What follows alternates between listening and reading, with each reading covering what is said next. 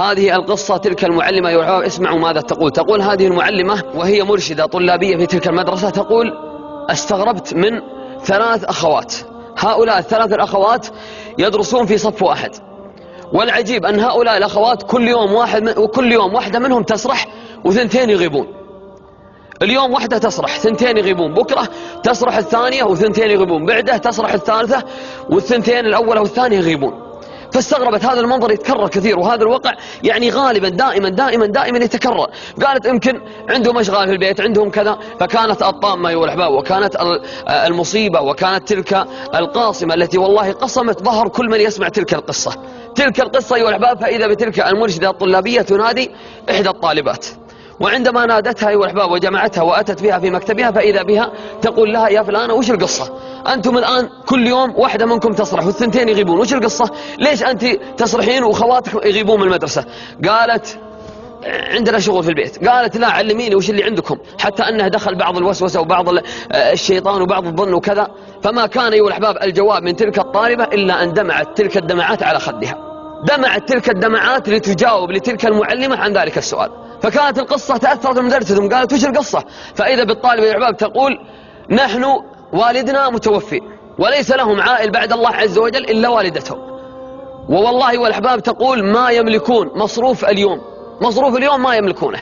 بل والله يا أخوان أن الطامة أن هذه الطفلة أو هذا الطالبات إذا صرحت الوحدة منهم راقبتها المدرسة، فإذا بالوحدة إذا خلصت الفسحة تروح تدور في سطل الزبالة وانتم بكرامة باقي السندوتشات اللي كانوا يأكلونها الأطفال.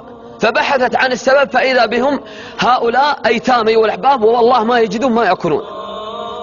والمصيبة أيها الأحباب بأن تقول تلك الطالبة أن السبب اللي ما يخلي أخواتها يصرحون معها إن ما معهم يا أخوان إلا مريول واحد.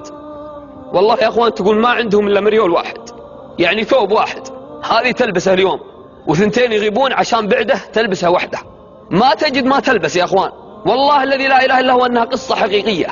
تقول أنا ألبس الثوب هذا عشان خواتي يغيبون، عشان ما معنا ثوب، ما معنا إلا ثوب واحد، ونبقى على الثوب هذا يا أخوان. والأكل تقول والله ما نأكل إلا ندور الخبز اليابس ونحطه في مويه ونأكله، وحنا نتنعم بنعم الله عز وجل الظاهر والباطنة، ونحن في نعمة نسأل الله عز وجل أن يديمها. فأقول أيها الأحباب كم والله من دمعات، والله كم من أناس ينطوون آناء الليل وأطراف النهار بالأمراض والآهات وأمور ما يعلم بها إلا الله عز وجل. لكن هل مسحت دمعة اليتيم؟ هل مسحت على رأس اليتيم؟ هل شعرت في حال الأمة؟ هل وقفت مع أناس أيتام وكفلت أيتام وحسيت بشيء من اللي يحس به الواحد؟ لأن النبي صلى الله عليه وسلم يقول من لم يحمل هم المسلمين ليس منهم. فقل أيها الأحباب ليس العبرة بأن نسمع الكلام الكثير هذا، لكن العبرة نطبق أيها الأحباب. ونادي من هذه الساعة أيها الأحباب أن كل واحد منا يمسح دمعة يتيم، كل واحد منا يبحث عن أبواب الجنة ويفتح له باب من أبواب الجنة، كل واحد منا يا أخوان يبحث بأن يكون مرافق مع محمد صلى الله عليه وسلم في الجنة. كل واحد يا أخوان من هذه الساعة يبدأ من بكرة يا أخوان، من بكرة من أنعم الله عز وجل عليه والله الذي لا إله إلا هو إن لم يقدم لنفسه خير والله ما أحد يقدم عنه. والله يا أخوان تاجر من أكبر التجار، والله يا أخوان الذي لا إله إلا هو أن أهل الخير وأهل الجمعيات يأتون يا فلان تبرع يا فلان أنفق، والله ما يعطيهم شيء. والله الذي لا إله إلا هو يا أخوان يوم توفاه الله عز وجل والله أن أبناءه ما اشتروا له من ثروته كفن حتى يكفنونه، ما اشتروا له كفن حتى يكفنونه، والله ما اشتروا له. يقول والله ما نشتري له، لأنه كان قاحط على عياله ولا يعطيهم ولا يتصرف ولا يتبرع ولا ينفق.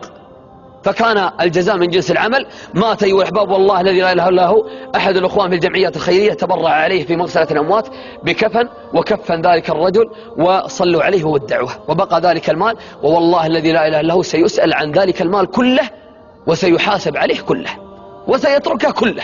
فأقول يا أحباب من هذه الساعة بكرة كل واحد منا الآن يسمعنا في هذه الساعة من بكرة أقرب جمعية عندك، أقرب جمعية خيرية، أقرب ندوة عالمية، أقرب ناس يدلونك على أهل الخير من بكرة، ولا بشرط أنك تحصل جمعية. اسأل عن البيوت، كل واحد منا في حارته اسأل البيت الفلاني فيه ناس أيتام فيه أيتام، من بكرة أصير خلاص أنا أتكفل بالبيت هذا خلاص شهريا أصير أتبرع لهم.